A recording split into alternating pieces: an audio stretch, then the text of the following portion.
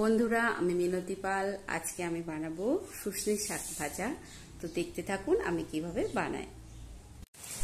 বন্ধুরা, এগুলো হচ্ছে শুশনির শাক। তো এগুলো খুব কমই দেখতে পাওয়া যায় বাজারে। তো গ্রাম বাংলার খুব জনপ্রিয় শাক এটি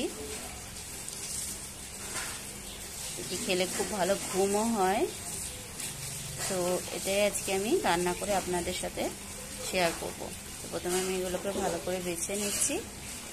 তো এগুলো খুব ধৈর্য সহকারে বেছে নিতে হবে। এই যে ডাঁট মতো অংশটা একটুখানি কেটে দিতে হবে। এরকমভাবে এই ছাঁটের মধ্যে একটা একটা করে আমি নিয়ে নিই।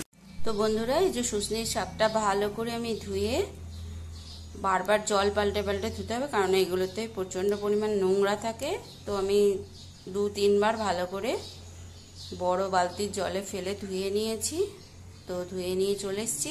আর এই উপকরণগুলো লাগবে: কয়েকটা কাঁচা লঙ্কা, একটা শুকনো লঙ্কা, সামান্য পরিমাণ নুন, চিনি, আপনারা চাইলে চিনিটাকে স্কিপ করতে পারেন। আর নিয়ে নিয়েছি কয়েক কোয়া রসুন। রসুনটা আমি ছাড়িয়ে নিচ্ছি। বন্ধুরা, এবার গ্যাসের মধ্যে একটা ডেচকি বসিয়ে দিয়েছি। এতে সামান্য পরিমাণ জল নিয়ে নিয়েছি, খুব সামান্য পরিমাণ, কারণ শাক থেকে নুন দিলেই জল বেরোবে। এবার আমি এই ধুয়ে রাখা শাকগুলো এর মধ্যে দিয়ে দিচ্ছি।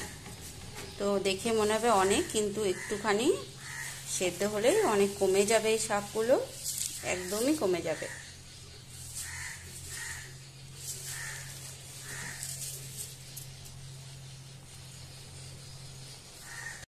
এবার আমি এই সামান্য পরিমাণ নুন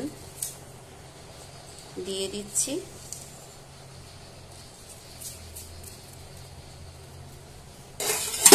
একটু চামচের সাহায্যে একটু ওপর নিচ করে দিচ্ছি।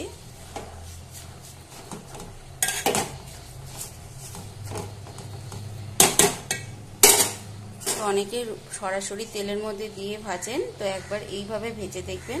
আমার মনে হয় এতে করে রসুনের গন্ধটা বেশি ভালো থাকে। আমি এটা চাপা ঢাকা দিয়ে দিলাম। আর গ্যাসের ফ্লেমটাকে হাইতে রাখতে হবে, আর শাকটা একদমই ফেড হয়ে যাবে, কালারটা বেশ সবুজ থাকবে না, এটা খুব সবুজ মতন হবে।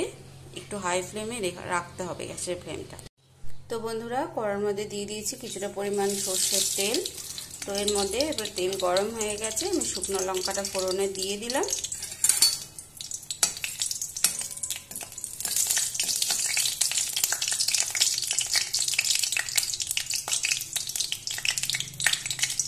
বন্ধুরা, লঙ্কা আর রসুনগুলো আমি নোড়ার সাহায্যে এভাবে থেতো করে নিয়েছি। এবার ওই তেলের মধ্যে আমি দিয়ে দিচ্ছি।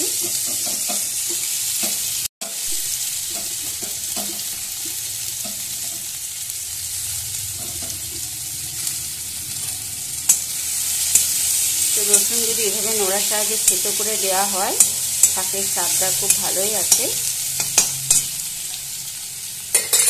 তো এবার মিশিয়ে দেবো সেদ্ধ করে রাখা শাকটা।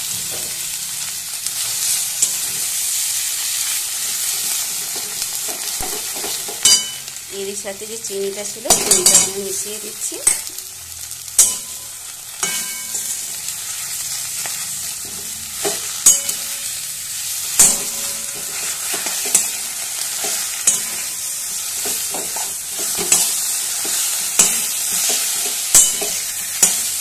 ভালোভাবে এইভাবে নাড়িয়ে নাড়িয়ে রসুনটাকে শাকের সাথে খুব ভালোভাবে মিশিয়ে নিতে হবে। তো এত অপূর্ব লাগে খেতে যে এক থালা ভাত এই শাক ভাজা দিয়ে মনে হয় শেষ হয়ে যাবে। তো আপনারা অবশ্যই এইভাবে বানিয়ে খেয়ে দেখবেন, আশা করি খুব ভালো লাগবে। শুশনি শাক খাওয়া খুব ভালো, এটা খুব উপকারী একটা শাক। আপনারা সকলেই বানিয়ে থাকেন, তো আমি কিভাবে বানাই সেটাই শেয়ার করলাম।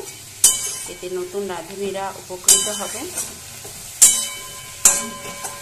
তো বন্ধুরা, আমার ভিডিও কেমন লাগলো অবশ্যই কমেন্ট করে জানাবেন, এবং কবিতার ভিডিওগুলোও দেখবেন, পাশে থাকবেন, অনুপ্রেরণা যোগাবেন সুন্দর সুন্দর কমেন্ট করে।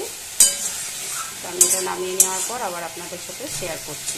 এই যে আমি শুশনি শাকটা নামিয়ে নিয়েছি। তো অনবদ্য একটা রেসিপি, আর খুব সুস্বাদু স্বাস্থ্যকর একটা রেসিপি। তো আপনারা অবশ্যই এইভাবে একবার বানিয়ে খাবেন, আশা করি খুব ভালো লাগবে। তবে আজ এই পর্যন্ত, আবার দেখা হচ্ছে পরের ভিডিওতে। সবাই খুব ভালো থাকবেন, সুস্থ থাকবেন। ধন্যবাদ।